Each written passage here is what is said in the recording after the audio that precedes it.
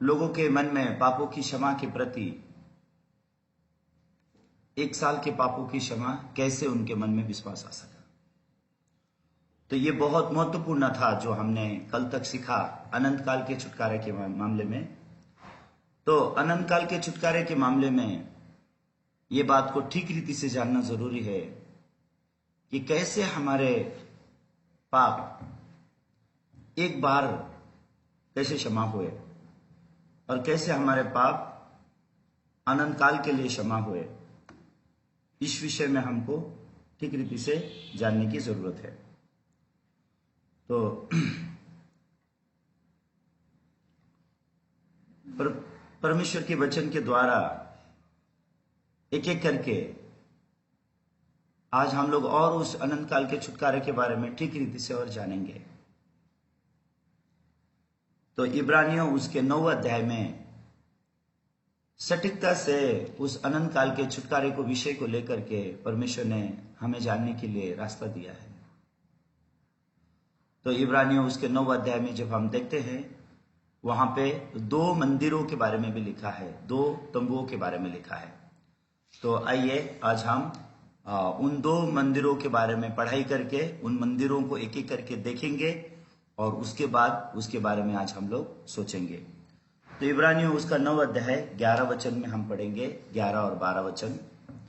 परंतु जब मसीह आने वाली अच्छी अच्छी वस्तुओं का महायाजक होकर आया, तो उसने और भी बड़े और सिद्ध तंबू में से होकर, जो हाथ का बनाया हुआ नहीं अर्थात इस सृष्टि का नहीं, और बकरों और बछड़ों के लहू के द्वारा नहीं, पर अपने ही लहू के द्वारा एक ही बार पवित्र स्थान में प्रवेश किया और अनंत छुटकारा प्राप्त किया। तो इब्रानियों की पुस्तक में जब हम देखते हैं 9 अध्याय में 11 और 12 वचन में, वहां पे परमेश्वर ने बहुत ही अद्भुत बात रखी हुई है। तो उस अद्भुत बात को जानने के लिए आइए हम लोग वो मंदिरों के बारे में सोचना शुरू करते हैं, उस तंबू के बारे में सोचना शुरू करते हैं। तो जब हम पृथ्वी का जो तंबू है और स्वर्ग का तंबू, उसका जो डिफरेंस है उसको हमको एक एक करके जानने की भी जरूरत है। तो यहाँ पे 11 वचन में क्या लिखा हुआ है, तो अगर आप इस चित्र को देखेंगे, जो चित्र अभी मैं आपके सामने रखूंगा, यहाँ पे आप देख सकते हैं, यहाँ पे 2 मंदिर दिखाए गए हैं।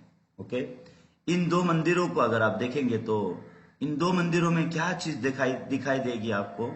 यहाँ पे 2 मंदिरों में क्या चीज दिखाई देगी, एक पृथ्वी का और एक स्वर्ग का।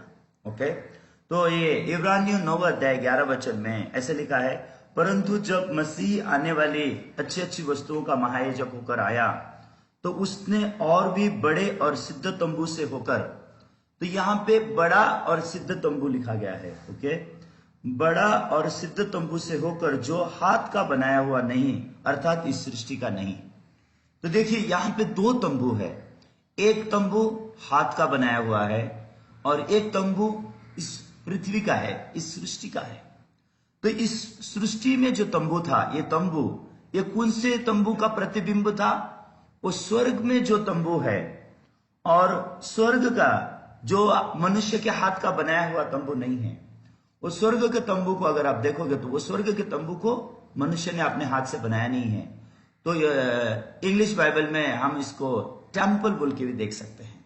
तो ये मंदिर जो स्वर्ग में है, ये जो तंबू जो स्वर्ग में है और तंबू जो पृथ्वी पे है, यहाँ पे 2 मंदिर आपको सटीकता से दिखाई देना आना चाहिए। 2 तंबुओं के बारे में बात किया गया है, एक अर्थली और एक हेवनली। ठीक है, ये जो पृथ्वी पे जो तंबू बनाया गया, जो मिलाप वाला तंबू बोल के मूसा ने सीनै पर्वत पर बनाया, सीनै पर्वत के समय में जंगल के रास्ते पे बनाया था। 10 आज्ञा जब लेने के लिए मूसा जब पहाड़ पे गया, उस समय परमेश्वर ने ये स्वर्ग के तंबू को मूसा को दिखाया और बोला, जैसा मैंने तुमको दिखाया है तुम वैसा ही बनाना। इस रीति से जब हम देखते हैं, परमेश्वर ने मूसा को उस समय कहा था इस प्रकार की चीजों को बनाने के लिए। तो इसके लिए जब हम बाइबल में देखते हैं कि कैसे मूसा से लेकर गया, यीशु अपने ही लहू को लेकर के उस स्वर्ग के तंबू में प्रवेश किया है। तो स्वर्ग के तंबू में जब यीशु गया, तो यीशु जब स्वर्ग के तंबू में गया, कैसे गया? उसने अपना ही लहू लेकर के गया। तो पृथ्वी का जो तंबू था वहां पे क्या लिखा हुआ है, अब देखिए यहाँ पे ये 11 वचन को जानना बहुत जरूरी है, क्योंकि 11 वचन में बहुत सारी बातें परमेश्वर हमें बताना चाहते हैं। तो ये 11 वचन में देखेंगे तो यहाँ पे लिखा, परंतु जब मसीह आने वाली अच्छी अच्छी वस्तुओं का मायाजोग होकर आया तो उसने और भी बड़े और सिद्ध तंबू से होकर, जो हाथ का बनाया हुआ नहीं और इस सृष्टि का नहीं। ओके, ये सृष्टि का तंबू नहीं है, ये हाथ का बनाया हुआ तंबू नहीं है, ये स्वर्ग का तंबू है और ये परमेश्वर के द्वारा बनाया गया तंबू है। तो ये स्वर्ग का मंदिर है, परमेश्वर के द्वारा बनाया हुआ है। ये पृथ्वी का मंदिर नहीं है जिसे दाऊद ने बनाया था, ये पृथ्वी का मंदिर नहीं है जिसे सुलेमान ने बनाया था, ये पृथ्वी का मंदिर नहीं है, तंबू नहीं है जिसे मूसा ने बनाया था। तो आइए अभी पहले हम उस तंबू के बारे में बात करेंगे जो हाथ का बनाया हुआ और इस पृथ्वी का था।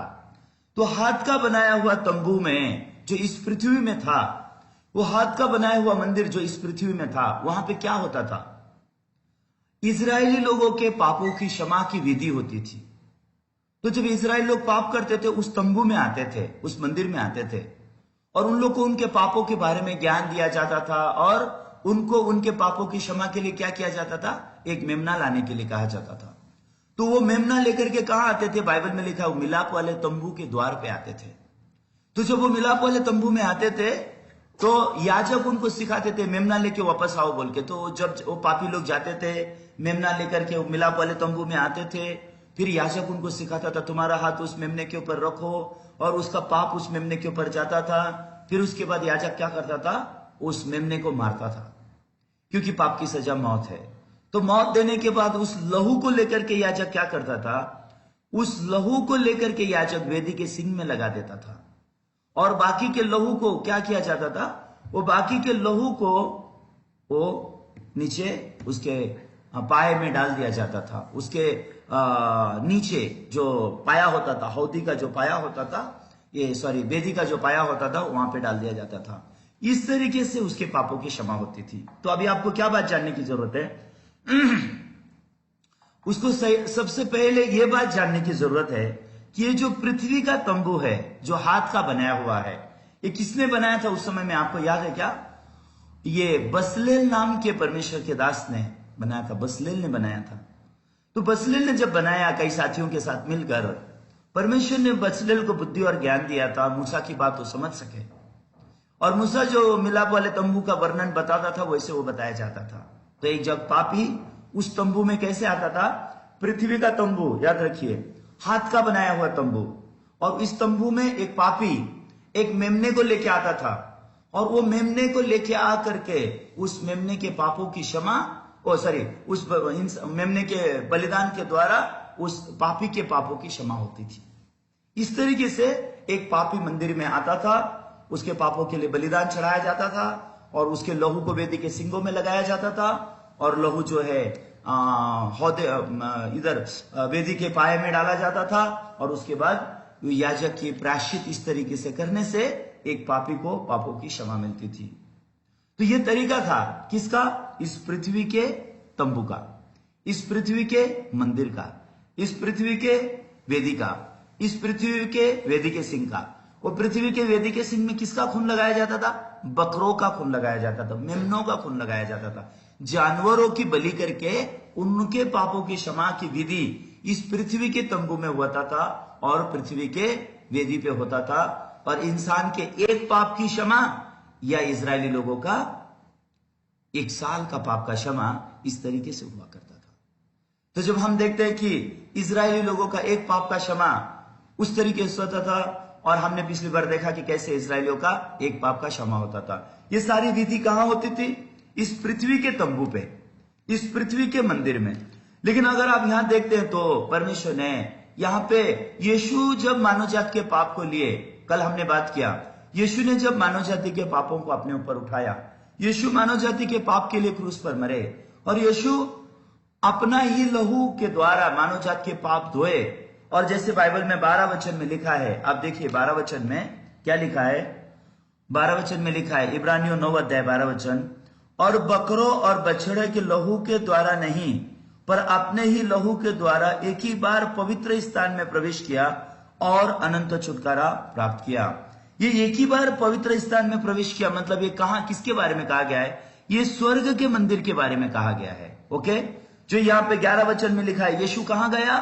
यीशु हाथ के बनाए हुए मंदिर में नहीं गया, यीशु हाथ के बनाए हुए तंबू में नहीं गया, और ये सृष्टि का तंबू नहीं था जहां पे यीशु गया। यीशु क्रूस पर मरने के बाद, पुनरुत्थान होने के बाद, बाइबल में लिखा यीशु स्वर्ग में गया, लेकिन बाइबल में यहां इब्रानियों में क्या लिखा है? यीशु अपना ही लहू लेकर के उस स्वर्ग के मंदिर में गया। तो स्वर्ग के मंदिर में जाके क्या किया? यीशु बछड़े और मेमने के लहू को लेके स्वर्ग के राज्य में नहीं गया। यीशु अपना ही लहू, जो यीशु का लहू क्या है? अनंत काल का लहू है। अनंत काल के पापों की क्षमा के लिए, अनंत काल के छुटकारे के लिए। तो यहां पे जब हम देख सकते हैं 12 वचन में क्या गया है, और बकरों और बछड़ों के लहू के द्वारा नहीं, पर अपने ही लहू के द्वारा एक ही बार पवित्र स्थान में प्रवेश किया। याद देखिए, जो स्वर्ग का मंदिर जो है, स्वर्ग की जो तंबू है, उस तंबू को जो है वो परमेश्वर का बनाया हुआ है। वहां पे मनुष्य के पाप अनंत काल के लिए लिखे जाते हैं। वो अनंतकालीन दुनिया है, इटर्नल वर्ल्ड है। इटर्नल वर्ल्ड में आपके नहीं, सारे मानव जाति के पाप एक ही बार वेदी के सिंहों में लिखे गए हैं। सारे मानव जाति के पाप एक ही बार उस अनंतकालीन दुनिया में अनंत काल के लिए पाप लिखे गए। अनंतकालीन, आपके जन्म से लेकर मरने दिन तक के सारे पाप वहां लिखे गए हैं। आपको पता नहीं है कल आप पाप करोगे या नहीं, लेकिन परमेश्वर जानता है कल आप पाप करोगे या नहीं। आपको पता नहीं आप कल जिंदा भी रहोगे या नहीं, लेकिन परमेश्वर जानता है आप कल जिंदा रहोगे कि नहीं। आपको अपने कल के बारे में पता नहीं है, लेकिन परमेश्वर को आदम से लेकर आखिरी मनुष्य तक के बारे में पूरा मालूम है, क्योंकि परमेश्वर सर्वशक्तिमान है और परमेश्वर अनंतकालीन है, और वो एक ही बार को हमेशा के लिए, एक ही बार अनंत काल के लिए देख सकता है। इसके लिए जो स्वर्ग की जो मंदिर है, स्वर्ग का जो तंबू है, जो यहाँ इब्रानियों उसके 9 अध्याय 11 वचन में लिखा हुआ है, अगर आप इस बात को सटीकता से जानेंगे तो ये समझने के लिए कि आपके पाप अनंत काल के लिए कैसे क्षमा हुए, ये बात को समझने के लिए बहुत आसान होगा। तो अभी बहुत आसान होगा अनंत काल के पापों की क्षमा के बारे में जानने के लिए। तो अनंत काल के पापों की क्षमा जानने के लिए सबसे पहले यह बात जानने की जरूरत है कि यीशु जो अपना लहू लेके गया, यीशु पृथ्वी के मंदिर में नहीं गया, जहां पृथ्वी में साल में एक बार पाप क्षमा होता था, एक पापी का पाप एक बार क्षमा होता था, उस जगह में यीशु नहीं गया। इस पृथ्वी के वेदी में नहीं गया यीशु, इस पृथ्वी के वेदी के शिंगों में नहीं गया यीशु। तो यीशु जो गया वो कहां पे गया है? स्वर्ग के मंदिर में गया हुआ है। तो यीशु कहां गया दोस्तों? यीशु स्वर्ग के मंदिर में गया। तो स्वर्ग के मंदिर में आपको जानना है वो इटर्नल वर्ल्ड है, वो अनंतकालीन दुनिया है। इस पृथ्वी का दिन आया, रात आया, साल हुआ, 2 साल हुआ, 5 साल हुआ, हम लोग इस तरीके से हिसाब करते हैं, लेकिन परमेश्वर की दुनिया ऐसे नहीं है। परमेश्वर की दुनिया इटर्नल वर्ल्ड है, अनंत काल की दुनिया है। तो अनंत काल की दुनिया में अगर आप सटीकता से देखोगे तो प्रभु यीशु मसीह जब प्रवेश किया, क्या लेके प्रवेश किया? बाइबल में लिखा अपना ही लहू लेकर के प्रवेश किया। आप देखिए 12 वचन में, और बकरे और बछड़े के लहू के द्वारा नहीं, पर अपने ही लहू के द्वारा एक ही बार पवित्र स्थान में प्रवेश किया और अनंत छुटकारा प्राप्त किया। इसका मतलब क्या है? पृथ्वी के वेदी में बकरे और मेमनों का लहू लगाया जाता था, और एक पाप का क्षमा होता था, और 1 साल के पाप का क्षमा होता था। लेकिन यीशु ने अपना ही लहू लिया। यीशु का लहू अनंत काल का लहू है, इटर्नल ब्लड बोलते हैं, ठीक है। और जो स्वर्ग की वेदी है, वो वेदी में जो पाप लिखे गए हैं, वो मानव जाति के सारे पाप, आपके पाप नहीं, सारे मानव जाति के पाप उस वेदी के सिंह में लिखे गए। तो यीशु जब स्वर्ग में जाने के बाद यीशु ने अपना लहू, अपना ही लहू लेके उस मंदिर में प्रवेश किया। और यीशु याजक होने के नाते, याजक को क्या करना है? मनुष्य जाति के पापों की क्षमा का काम पूरा करना है। तो याजक जूने करार में क्या करते थे? एक पापी याजक के पास आता था तो क्या करता था याजक पापी को मेमना लेके आने के लिए बोलता था। याजक पापी को मेमना लेके आने के बाद याजक उस मेमने का बलि करता था और उसके लहू को सींगों पे लगा दिया जाता था। इस तरीके से एक पापी की पाप की क्षमा होती थी। लेकिन यहां तो मेमना भी यीशु है और याजक भी यीशु है। आमीन। यहां पे ये मेमना भी यीशु है और याजक भी यीशु है। इसके लिए बाइबल में लिखा है, Behold the Lamb of God who takes away the sin of the world। वो परमेश्वर का मेमना देखो जो जगत का पाप उठा लेके ले जाता है। तो यीशु वो मेमना है जिसने जगत का पाप अपने ऊपर उठाया। और वो कहां गया? क्रूस पर मरा। क्यों? हमारे पापों की सजा मौत उसको देने के लिए यीशु क्रूस पर मरा। तो यीशु ने सिर्फ हमारा पाप उठाना काफी नहीं है, यीशु को हमारे पाप के लिए क्रूस पे मरना भी है। सिर्फ यीशु क्रूस पे मर के भी नहीं चलेगा, यीशु को जिंदा होना है, क्योंकि वो महायाजक है, युगानुयुग का याजक है। और यीशु को अपना ही खून लेकर के कहां जाना था? स्वर्ग में जाना था। क्यों यीशु स्वर्ग में अपना खून लेके गया? क्योंकि स्वर्ग की वेदी में यीशु अपने लहू से मानव जात के पापों को मिटा दिया है। दोस्तों, जब आप ये बातें सुनोगे सब बहुत ही अजीब लगता है, ये बहुत अद्भुत है सच में। लेकिन अगर आप बाइबल को देखोगे तो आप सटीकता से बात को जान जाओगे कि परमेश्वर पापों की क्षमा के प्रति कितना सेंसिटिव है। परमेश्वर पापों की क्षमा कितनी सटीक रीति से इंसान को देना चाहता है। इंसान को परमेश्वर उद्धार कितना साफ रीति से देना चाहता है। इंसान को अनंत काल का छुटकारा परमेश्वर कितना अद्भुत रीति से देना चाहता है। इसको अगर आप एक एक करके जानेंगे तो सच में आपके मन में पाप की समस्या जीवन भर कभी भी नहीं रह सकती, क्योंकि यीशु मसीह ने जो छुटकारा दिया है वो अनंत काल का छुटकारा आपके हृदय में भी आके आपका भी हृदय अनंत काल का छुटकारा पाएगा, अगर आप इस रहस्य को जानेंगे तो, जो पापों की क्षमा है। तो जब यीशु मसीह इस पृथ्वी पे थे, उन्होंने सिर्फ मनुष्य के पापों को अपने ऊपर उठाया, इतना नहीं, बराबर तरीके से बिब्लिकल तरीके से यीशु ने यूहन्ना बपतिस्मादाता के द्वारा अपने ऊपर पाप लिया है। जैसे मैंने आपको कल बताया था, यूहन्ना बपतिस्मादाता के द्वारा कैसे यीशु ने अपने पाप को लिया। वो पाप लेकर के यीशु ने ऐसे ही नहीं छोड़ा, पाप की सजा मौत को भी यीशु ने चुकाया है। और मौत को ही चुका के यीशु नहीं रहा, यीशु तीसरे दिन मृत्यु में से जी उठे हैं।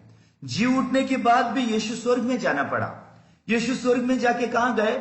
उस अनंत काल के मंदिर में प्रवेश किया, उस अनंत काल की वेदी में अपना अनंतकालीन लहू लेकर के क्या किया? वो वेदी के सिंगों में लगा दिया। तो जैसा आपको याद होगा कि हमने पिछले समय में कैसे एक पापों की क्षमा होती थी, वो पिक्चर को एक बार मैं फिर से आपको दिखाऊंगा।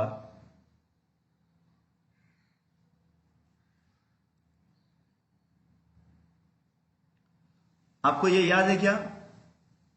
ये पिक्चर आपको याद है क्या? मैंने आपको दिखाया था, जब एक इंसान पाप करता था तो उसके पाप के लिए वो मेमने को लेके आएगा, वो मेमने के सर पे हाथ रखेगा, वो मेमना उसकी जगह उसके लिए मरेगा और उसका अपना ही लहू के द्वारा याजक क्या कर देगा? वो वेदी के सिंग में लहू पोत देगा, लहू लगा देगा। तो उस तरीके से उस पापी को पापों की क्षमा मिलती थी। ये यीशु ने भी ऐसा ही किया है। यीशु हमारे लिए, मानव जात के लिए, वहां पे एक मेमना किसके लिए मरता था? एक आदमी के एक पाप के लिए मरता था। यहां यीशु कौन बन के आया? परमेश्वर का मेमना। सारे मानव के सारे पाप के लिए एक ही मेमना है, सारे मानव के सारे पाप के लिए। यह बात आपको सटीकता से जानने की जरूरत है। सारे मानव के सारे पाप, अगर यह बात आप नहीं समझ सके तो आपके लिए मुश्किल हो सकती है। इसके लिए आपने इस बात को जानना है कि सारे मानव के सारे पापों के लिए क्या किया गया है? यीशु मसीह ने अपना बलिदान दिया है। तो पुराने जमाने में क्या होता था? एक पाप के लिए एक बलिदान दिया जाता था। उसके बाद क्या होता था? इजरायली लोगों के सारे पाप के लिए साल में एक बलिदान दिया जाता था।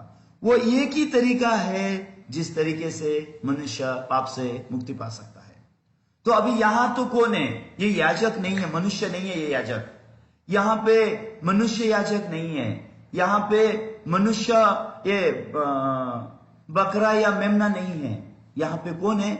यहां तो परमेश्वर का बेटा खुद याजक बन के आया है। यहां तो परमेश्वर का बेटा खुद मेमना बन के आया है। क्यों? क्योंकि परमेश्वर का बेटा मानव जाति के पापों की क्षमा एक ही बार करना चाहता है। मानव जाति के पापों का समाधान वो एक ही बार करना चाहता है, ताकि मानव जात उनके पापों से अनंत काल का छुटकारा प्राप्त कर सके, ताकि मानव जात और परमेश्वर के बीच में कोई पाप की दीवार बाकी ना हो। परमेश्वर नहीं चाहता था कि मनुष्य पाप के कारण परमेश्वर से अलग हो। परमेश्वर नहीं चाहता था कि मनुष्य और परमेश्वर के बीच में कभी भी पाप की दीवार खड़ी रहे। इसके लिए परमेश्वर ने क्या किया?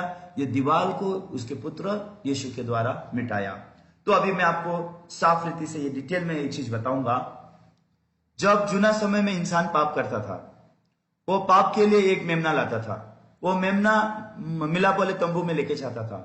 मिलाप वाले तंबू में ले जाकर के वो अपने हाथ उसके ऊपर रखता था।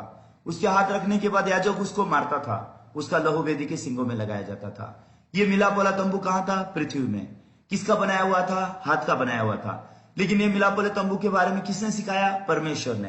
किसको सिखाया? मूसा को। कहां सिखाया? सीनै पर्वत पे। जब मूसा 40 दिन और 40 रात जब वो सीनै पर्वत पे था, उस समय परमेश्वर ने मूसा को 10 आज्ञा देने के समय में 40 दिन और 40 रात रखकर ये स्वर्ग के मंदिर के बारे में अच्छे से समझाया, स्वर्ग की वेदी के बारे में अच्छे से समझाया। और मूसा सटीकता से जानता है कि एक दिन यीशु मसीह हमारे पापों के लिए इस संसार में आएंगे, हमारे पापों को लेकर के यीशु क्रूस पर मरेंगे और हमारे पापों को लेकर के यीशु क्रूस पर मरने के द्वारा मानव जात के पाप का दंड भुगत देंगे। मानव जात के पापों की सजा मृत्यु उसको यीशु दे देंगे और क्रूस पर से बहाए हुए लहू से मानव जात के पाप क्षमा हो जाएंगे। और यीशु अपना ही लहू को लेकर के इस पृथ्वी के तंबू में नहीं, इस पृथ्वी के मंदिर में नहीं, यीशु स्वर्ग के मंदिर में प्रवेश करेंगे। और जैसे ये 12 वचन में 11 और 12 वचन में लिखा है, 11 और 12 वचन में लिखा है उस स्वर्ग के मंदिर के बारे में। एक बार फिर से 11 और 12 वचन पढ़ेंगे और इस स्वर्ग के मंदिर के बारे में हम लोग और थोड़ा सोचेंगे। परंतु जब मसीह आने वाली अच्छी अच्छी वस्तुओं का महायाजक होकर आया, तो उसने और भी बड़े और सिद्ध तंबू से होकर, जो हाथ का बनाया हुआ नहीं, अर्थात इस सृष्टि का नहीं। फिर से मैं ये बात आपको आज बोलूंगा, क्योंकि आपके मन में से शैतान ये बात को जाने नहीं देगा। अरे मेरे आज का पाप का क्या, मेरे कल का पाप का क्या, मेरे परसों के पाप का क्या, मेरा पिछला पाप तो यीशु के लहू में क्षमा हो गया, आज के पाप का क्या, कल के पाप का क्या। ऐसा कर करके शैतान आपको धोखा देगा। इसके लिए आपने जानना है यीशु ने कैसे अनंत काल का छुटकारा प्राप्त किया। जैसे एक पाप का एक बलिदान होता था, इजरायली लोगों के सारे गोत्र का एक साल का एक ही बार बलिदान के द्वारा पाप क्षमा होती थी, वैसे यीशु ने सारे मानव जात का, सारे पापों का, सारे मानव जात और सारे मानव के सारे पाप, उन सारे पापों को एक ही बार क्रूस पर खत्म किया।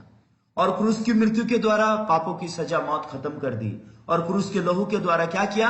मानव के पाप धो दिए। और यीशु अब इस पृथ्वी के मंदिर में नहीं गए, मेमने का लहू लेके नहीं गए, बकरे का लहू लेके नहीं गए। यीशु कहां गए? स्वर्ग के मंदिर में गए। कहां पे गए? ये देखिए स्वर्ग का मंदिर। ये पृथ्वी के मंदिर में क्या होता था? बकरा और मेमने का लहू से पाप क्षमा होता था, वो भी एक पाप या एक साल का पाप, इतना ही होता था। लेकिन परफेक्टली अनंत काल का छुटकारा नहीं होता था। परफेक्टली पाप धोने का और परफेक्टली अनंत काल का छुटकारा देने का जिम्मेदारी किसका है? सिर्फ यीशु का है। इसके लिए यीशु कहां गए? वो स्वर्ग के मंदिर में गए। क्या लेके गए? 12 वचन में लिखा है, बकरा और मेमने का लहू लेकर के नहीं, यीशु अपना ही लहू लेकर के उस पवित्र स्थान में एक ही बार प्रवेश करके हमारे लिए अनंत काल का छुटकारा प्राप्त किया। तो जब यीशु स्वर्ग में गए, यीशु ने क्या किया? स्वर्ग में जाने के बाद वो वेदी जहां सारे मानव जात के सारे पाप लिखे हुए थे, वो पापों को यीशु ने अपने लहू से क्या किया? मिटा दिया। तो अभी जब परमेश्वर स्वर्ग की वेदी में देखते हैं, क्या किसी मनुष्य के पाप देख सकते हैं? नहीं, परमेश्वर किसी भी मनुष्य के पाप नहीं देख सकते। क्यों? वहां परमेश्वर को पाप नहीं दिखाई देता, वहां यीशु का लहू दिखाई देता है। और यीशु महायाजक बन के परमेश्वर के दाहिनी ओर अभी भी वहां बैठे हुए हैं और बाइबल में लिखा हमारे लिए प्रार्थना भी कर रहे हैं। और यीशु हमेशा परमेश्वर को इस बात का जानकारी दे रहे हैं, ये मानव के सारे पापों की क्षमा मैंने इस रीति से की है, सारे मानव जाति का पाप मिटा दिया गया है। इसके लिए अगर आप सटीकता से यीशु से मिलेंगे तो आपको पता चल जाएगा कि हाँ, ऐसे हमारे पाप अनंत काल के लिए धोए गए हैं, ऐसे हमारे पापों का अनंत काल का छुटकारा दिया गया है। इसलिए परमेश्वर ने बाइबल में क्या लिखा हुआ है, आइए आप देखेंगे। इब्रानियों उसका 10 अध्याय 10 वचन, उसी इच्छा से हम यीशु मसीह की देह के एक ही बार बलिदान चढ़ाए जाने के द्वारा पवित्र किए गए हैं। क्यों हम पवित्र किए गए हैं? परमेश्वर हमारे पाप देख नहीं सकते। आज शैतान लोगों को धोखा देता है, तुम्हारा पाप है बोल के, लेकिन अगर आप परमेश्वर के वचन में देखोगे तो आपके पाप धोए जा चुके हैं, आप धर्मी बनाए जा चुके हो, आप पवित्र बनाए जा चुके हैं। आप उन आंखों का इस्तेमाल मत करो जो अच्छे और बुरे का पेड़ का फल खाने के बाद खुले थे। आप अपने अच्छे और बुरे के ज्ञान से अपने आप का न्याय मत करो। अगर आप अपने अच्छे और बुरे ज्ञान से अगर अपने आप का न्याय करोगे, आपके विश्वास के अनुसार आपको नरक में जाना पड़ेगा। आप न्यायी नहीं हो, याद रखना, न्यायी परमेश्वर है। और आप अपने पाप नहीं धो सकते, याद रखना, यीशु आपके पाप धोता है। याद रखना, आप अपने पापों को छुड़ाने वाले नहीं हो, यीशु आपको आपके पापों से छुड़ाने वाला है। और आपने जानना है कि उसने कैसे छुड़ाया है और कितना छुड़ाया है। अगर आप इतना नहीं जानेंगे तो यह आपका अभागापन होगा। यीशु ने हालांकि आपके सारे पापों को धोया है, यीशु ने आपको धर्मी और पवित्र किया है, उसके बाद भी आज लोग क्यों नरक में जा रहे हैं? अविश्वास के कारण। क्यों अविश्वास है? क्योंकि परमेश्वर का वचन देखना नहीं चाहते, परमेश्वर का वचन जानना नहीं चाहते। बस लोगों को ऐसा जिंदगी जीने के लिए बहुत अच्छा लगता है। हफ्ते में एक बार चर्च गया, बाइबल खोला तो खोला, नहीं खोला तो नहीं खोला, और जब जाके बोला हाँ बोलो मैं पापी हूं, मैं पापी हूं, मेरे पाप क्षमा कर दो, मेरे पाप क्षमा कर दो, मुझ पर दया करो, मुझ पर दया करो, इतना करने को अच्छा लगता है। घर में भी आएंगे सोने से पहले, हे प्रभु मेरा पाप क्षमा करो, मैं पाप नहीं करूं, ऐसी शक्ति दो, मुझे अपने लहू से धो दो, शुद्ध करो। यह आसान लगता है। फिर सुबह भी उठ के घुटना टेक के प्रार्थना करेंगे, हे प्रभु मुझ पर दया करो और मैं दोबारा पाप ना करूं, इसकी मुझे शक्ति दो, आज मुझ पर अनुग्रह करो, किसी से झगड़ा ना करूं, झूठ ना बोलूं, ये ना करूं, वो ना करूं। लेकिन आपके प्रार्थना के अनुसार जिंदगी जाता है? आप झूठ बोले बिना जिंदगी जाता है? आप झगड़ा किए बिना जिंदगी जाता है? फिर शाम को आके क्या करते हैं? सेम चीज रिपीटेड करते हैं। प्रभु मुझे झगड़ा करना नहीं था, लेकिन उसने गुस्सा दिलाया इसलिए मैंने झगड़ा किया। प्रभु ऐसा हो गया, इसके लिए मेरा ऐसा हो गया, आज भी फिर से मेरे पाप क्षमा कर दो। इंसान को शैतान ने ऐसे उलझन में डाल के रख दिया है ताकि इंसान प्रभु यीशु मसीह में जो अनंत काल का छुटकारा हो चुका है, उनके पापों की क्षमा हो चुकी है, ताकि इंसान बाइबल के पास लौट के ना आए। बाइबल में पाप क्षमा का संदेश बहुत सटीकता से लिखा गया है। एक पापी इंसान कैसे पवित्र बना है वो सटीकता से बाइबल में लिखा है, और बाइबल लिखने का उद्देश्य ही यही है। आप जानते हैं बाइबल किस उद्देश्य से लिखा गया है? हमको अनंत जीवन मिले, इस उद्देश्य से लिखा है। अगर बाइबल के द्वारा आपको अनंत जीवन नहीं मिलता है, बाइबल के द्वारा खाली आपको आप पापी हो इतना ही पता चलता है, बाइबल को लेकर के, बाइबल को पढ़ के परमेश्वर की सेवा, कैसे मेरे पाप लिए, कितने मेरे पाप लिए, कैसे वो पाप खत्म हुए, कैसे उसने मेरे पाप को धोया, अभी मेरे पाप धुल गए या मैं पापी हूं, मेरे पाप क्षमा हो गए क्या नहीं, ऐसे सवालों से भरे हुए मन से लोग आज चर्च में जा रहे हैं और स्पिरिचुअल लाइफ जीने का कोशिश कर रहे हैं। इस तरीके से वो लोग सटीकता से जी नहीं पाते। वो लोग अपने जीवन में और दुख और तकलीफ का सामना करते हैं, और आत्मिक जीवन बहुत प्यासा हो जाता है, और अंत में ऐसा लगता है कि शायद बाइबल भी झूठा है कि क्या। परमेश्वर को इतना पाप क्षमा मांगने के बाद भी परमेश्वर क्यों पाप क्षमा नहीं करता? तो लोग रोते हैं, हे प्रभु कब मेरे पाप धोओगे, मुझे बता दो। लेकिन परमेश्वर बोलता है, मैंने तेरे पाप धो दिए, मैंने तुझे धर्मी बना दिया, मैंने तुझे पवित्र किया, मैं दरवाजे पे खड़ा हूं, द्वार ठोक रहा हूं, मेरी आवाज सुनेगा और मुझे भीतर लेगा तो मैं तेरे भीतर आऊंगा, मैं तेरे साथ रहूंगा, तेरे साथ खाऊंगा। लेकिन लोगों को परमेश्वर की आवाज सुनाई नहीं दे रही है। क्यों? क्योंकि लोगों का मन उनके सोच विचार से भरा हुआ है। तो एक बार आप अपना सोच विचार अपने मन से खाली करो, अपने रिलीजन को एक बार आप खाली करो, आपका रिलीजियस माइंड को एक बार खाली करो, व्यवस्था और नियम को एक बार खाली करो, और परमेश्वर के आगे आओ। एग्जैक्टली प्रभु मेरे पाप कैसे क्षमा हुए? तो प्रभु आपको जानने देगा, तेरा पाप अनंत काल के लिए मैंने क्षमा कर दिया, मैंने तेरे पाप को अनंत काल के लिए धो दिया, मैंने तुझे धर्मी और पवित्र किया। उस समय आप अपने मन से आने वाले सोच से फिर के प्रभु के वचन को विश्वास कर सकते हैं। तो इब्रानियों उसके 10 अध्याय 17 और 18 वचन में क्या लिखा है? इब्रानियों उसका 10 अध्याय 17 और 18 वचन, फिर वो ये कहता है, मैं उनके पापों को और उनके अधर्म के कामों को फिर कभी स्मरण न करूंगा, और जब इनकी क्षमा हो गई है तो फिर पाप का बलिदान नहीं रहा। अब स्वर्ग का परमेश्वर क्या बोलता है?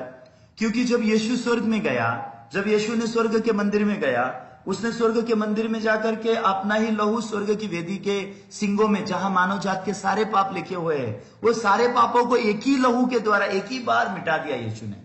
इसीलिए परमेश्वर इंसान के पाप देख ही नहीं सकते। तो परमेश्वर बोलते, मैं तुम्हारे पाप और तुम्हारे अधर्म के काम याद नहीं करूंगा, और जब पाप की क्षमा हो गई है तो पाप का बलिदान बाकी नहीं है। परमेश्वर ऐसे कह रहे हैं, लेकिन इंसान इस बात को समझ नहीं पा रहा है। क्यों परमेश्वर मेरे पाप याद नहीं करेंगे? मैं तो रोज पाप करता हूं, आज भी झगड़ा किया था। लेकिन ये यीशु के लहू में धुल चुका है, ये यीशु के लहू में ढक चुका है, ये यीशु की मृत्यु के द्वारा क्षमा हो चुका है। इसके लिए परमेश्वर बोल रहे, मैं तेरे पाप याद नहीं करूंगा। इसलिए परमेश्वर बोल रहे, जब इनकी क्षमा हो गई तो पाप के लिए बलिदान नहीं रहा। परमेश्वर को तो बलिदान नहीं चाहिए। आप सोचिए इसके बारे में। तो यहां पे इब्रानियों उसके 10 अध्याय 19 वचन में क्या लिखा है? इसलिए हे भाइयों, जब हमें यीशु के लहू के द्वारा उस नए और जीवते मार्ग से पवित्र स्थान में प्रवेश करने का हियाब हो गया। अभी हमें इस लहू, यीशु के लहू पर विश्वास के द्वारा, जिस लहू को लेके यीशु स्वर्ग में गया, जिस लहू से यीशु ने हमारे पाप वेदी के सिंह में जहां लिखे थे स्वर्ग में, स्वर्ग के मंदिर में, उसको ही मिटा दिया। अब स्वर्ग में परमेश्वर हमारे पाप देख ही नहीं सकते। परमेश्वर क्या देखते हैं? वो वेदी के सिंह में देखते हैं, वहां सिर्फ यीशु का लहू दिखाई देता है। इसके लिए परमेश्वर बोलते हैं मैं तुम्हारे पाप याद नहीं करता। परमेश्वर बोलते हैं अभी पाप का बलिदान बाकी नहीं है। तो अगर इस लहू में जब हम विश्वास करते हैं तो हमें हियाव होता है, यीशु के लहू के द्वारा हम स्वर्ग में जा रहे हैं। हम परमेश्वर की व्यवस्था का पालन करते हैं बोल के नहीं, हम दान देते हैं बोल के नहीं, हम ऑफरिंग देते हैं बोल के नहीं, दशमांश देते हैं बोल के नहीं, चर्च जाते हैं बोल के नहीं, प्रार्थना करते हैं बोल के नहीं, हम अच्छे से जीते हैं इसके लिए नहीं, हम यीशु के लहू पर भरोसा करते हैं इसके लिए हम लोग कहां जा रहे हैं? स्वर्ग में जा रहे हैं। क्यों? क्योंकि इसी लहू में हमें अनंत काल का छुटकारा दिया गया है। तो ये यीशु के लहू पर विश्वास करके धार्मिक और पवित्र होने का दुनिया है। यीशु के बलिदान पर विश्वास करके लोग धार्मिक और पवित्र बनते हैं। लेकिन आज कई लोगों के पास ये सवाल आता है, कौन सा? ये 26 वचन। आइए हम 26 वचन को पढ़ेंगे। इब्रानियों उसका 10 अध्याय 26 वचन। क्योंकि सच्चाई की पहचान प्राप्त करने के बाद यदि हम जानबूझकर पाप करते रहें तो पापों के लिए फिर कोई बलिदान बाकी नहीं। लोग जब इस वचन को देखते हैं तो लोगों को क्या लगता है? अभी तो मेरे को सच्चाई पता चला, अभी तो मेरे को यीशु पता चला, अभी तो मेरे को परमेश्वर पता चला, अभी मैंने पाप नहीं करना है। मतलब कैसा पाप नहीं करना है? अब से मैंने झूठ नहीं बोलना है, अब से मैंने चोरी नहीं करना है, अब से मैंने लालच नहीं करना है। तो क्या आप ऐसा नहीं कर रहे हैं क्या? तो फिर क्या होगा आपका? आप वचन का मतलब ठीक रीति से जानने की जरूरत है। ये 26 वचन उस तरफ नहीं ले जा रहा है आपको जिस तरफ आप गए हो। 26 वचन किसके बारे में बता रहा है? सच्चाई की पहचान प्राप्त करने के बाद। सच्चाई क्या है? अब वो बात को समझने के लिए आपको 27 भी पढ़ना पड़ेगा, 28 भी पढ़ना पड़ेगा, 29 भी पढ़ना पड़ेगा और 30 भी पढ़ना पड़ेगा, तभी आप ये बात को समझेंगे ये 26 वचन में क्या लिखा हुआ है। अब देखिए 27 के आगे हम पढ़ेंगे। दंड का एक भयानक बाट जोना और आग का ज्वाला बाकी है जो विरोधियों को भस्म कर देगा। तो यहां नरक में जाने के बारे में बोला गया है। ये नरक में जाने वाली बात बोला गया है। जिस पाप की क्षमा नहीं, वो पाप आपको कहां लेके जाएगा? नरक में लेके जाएगा। ये कौन सा पाप है जिसकी क्षमा नहीं है? कौन सा पाप है? आप झूठ बोलते हो वो पाप है? नहीं, यीशु ने तो जगत का पाप उठा लिया, तो वो झूठ बोलने का पाप नहीं क्षमा किया। क्या किया है? यीशु जानता है आज भी आप झूठ बोलते हैं, आज भी आपके अंदर लालच है, यीशु जानते हैं। तो क्या ये पाप क्षमा नहीं हुआ? क्या हुआ है? तो कौन सा है? सच्चाई की पहचान प्राप्त करने के बाद भी जानबूझ के पाप करना। और ये जानबूझ के किया जाने वाला पाप इंसान को नरक में लेके जाता है, ऐसा लिखा है।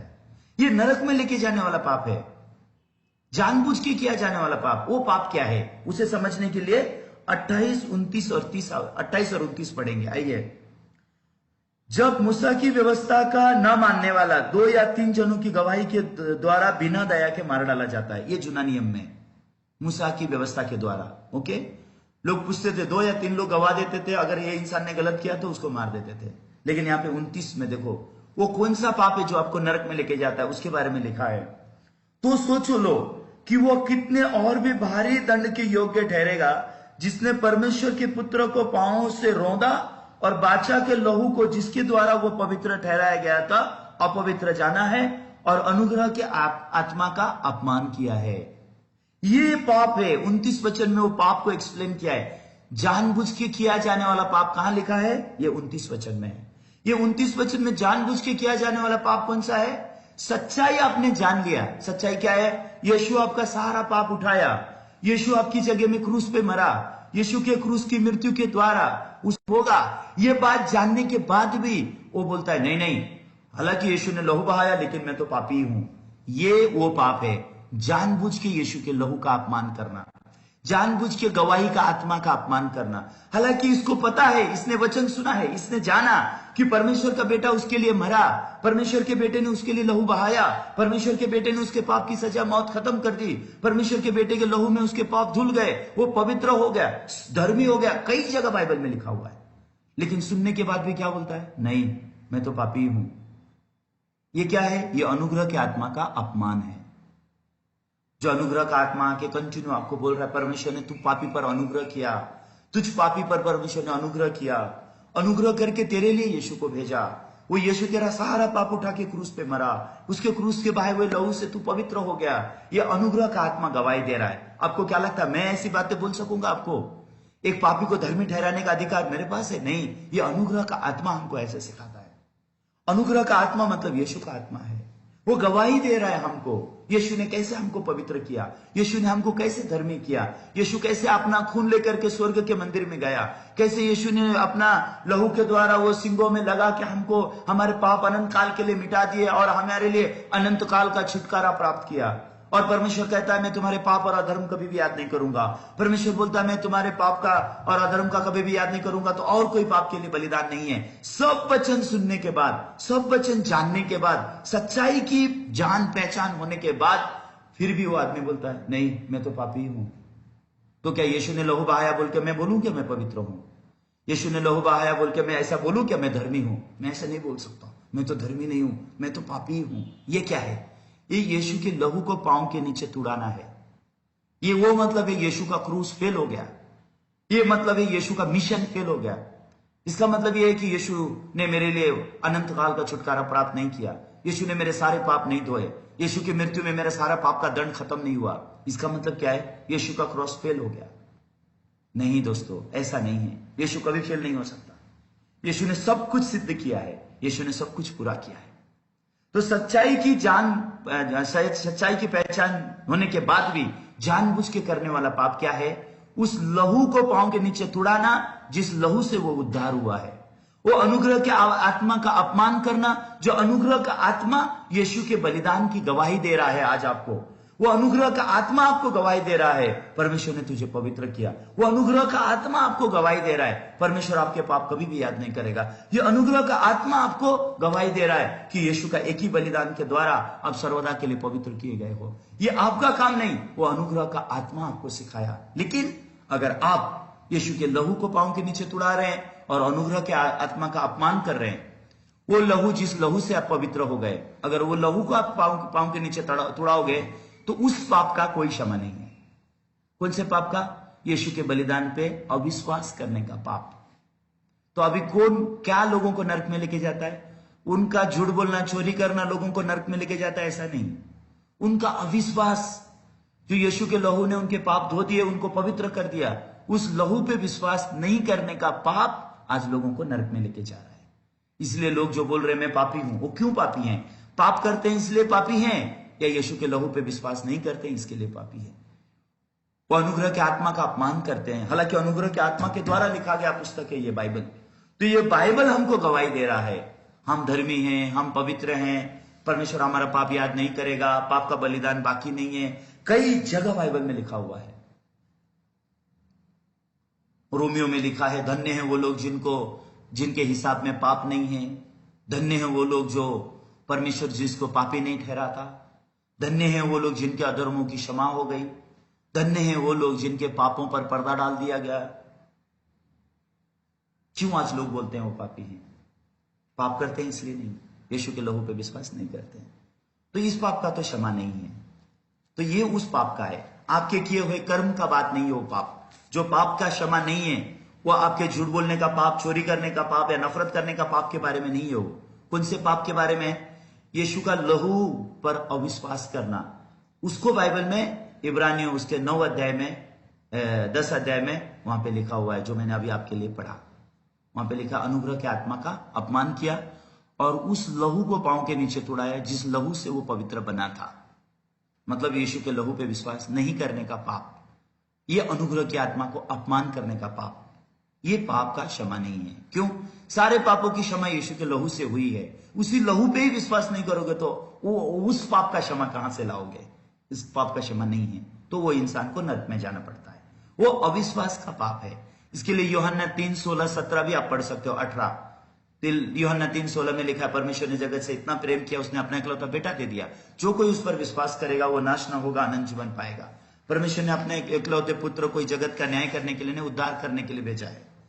जो कोई उस पर विश्वास करता है उस पर दंड की आज्ञा नहीं, और जो विश्वास नहीं करता है उस पर दंड की आज्ञा हो चुकी है।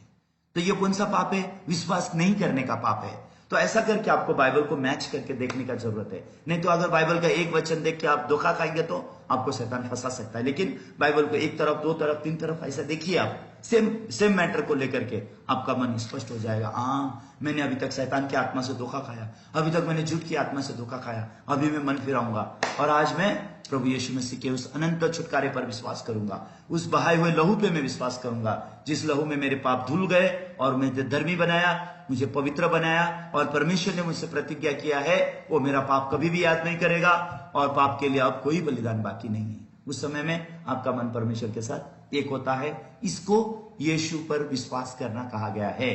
जब आप यीशु पर विश्वास करते हो, विश्वास के द्वारा आप धर्मी और पवित्र बनते हो और विश्वास के द्वारा आप आत्मिक जीवन जीते हो। यह धर्मी का जीवन है। इसलिए बाइबल में लिखा है धर्मी विश्वास से जिएगा, just shall live by faith. तो मैं आशा करता हूं आज ये 2 मंदिरों के बारे में आप सटीकता से आपके दिल में वचन स्थापित हुआ होगा और परमेश्वर आपको आशीष करे। आइए मैं यहां खत्म करूंगा, प्रार्थना करें। हमारे स्वर्गीय पिता, आज हमने इब्रानियों की पुस्तक 9 अध्याय से 11-12 वचन पढ़कर हमने शुरू किया और हमने बात किया प्रभु जुने समय में कैसे पृथ्वी के तंबू में एक पाप का क्षमा होता था, पृथ्वी के वेदी के सिंगों पे लहू लगाया जाता था, उस तरीके से इंसानों के पापों की क्षमा हुआ करती थी। लेकिन यीशु मेमने और बकरों के लहू के द्वारा नहीं और इस पृथ्वी का हाथ का बनाया हुआ तंबू में नहीं, वो स्वर्गीय में पवित्र स्थान जो है, स्वर्ग का जो तंबू है, अनंतकालीन तंबू में, अनंतकालीन वेदी में, अनंतकालीन लिखे हुए पाप को यीशु ने अपने अनंतकालीन लहू से हमेशा के लिए मिटा दिया। और परमेश्वर ने हमसे प्रतिज्ञा किया वो हमारे पाप याद नहीं करेंगे और वो हमें पाप का बलिदान और बाकी नहीं है, ऐसा कह रहे हैं। परमेश्वर सच में सच्चाई की पहचान होने के बाद जानबूझ के किया जाने वाले पाप के बारे में भी आपने हमको जानने दिया। हम आपको बहुत धन्यवाद देते हैं। परमेश्वर स्मरण कीजिए आज जो लोग परमेश्वर के वचन को सुने हैं उन्हें अनुग्रह दीजिए, आज वो परमेश्वर के आगे मन फिराएं और आज प्रभु यीशु मसीह के लहू पर विश्वास करके पवित्र और धर्मी होने के अनुग्रह को पाएं। यीशु के नाम से मैंने प्रार्थना किया, आमीन। सबको धन्यवाद। जय मसीह। फिर कल मिलेंगे।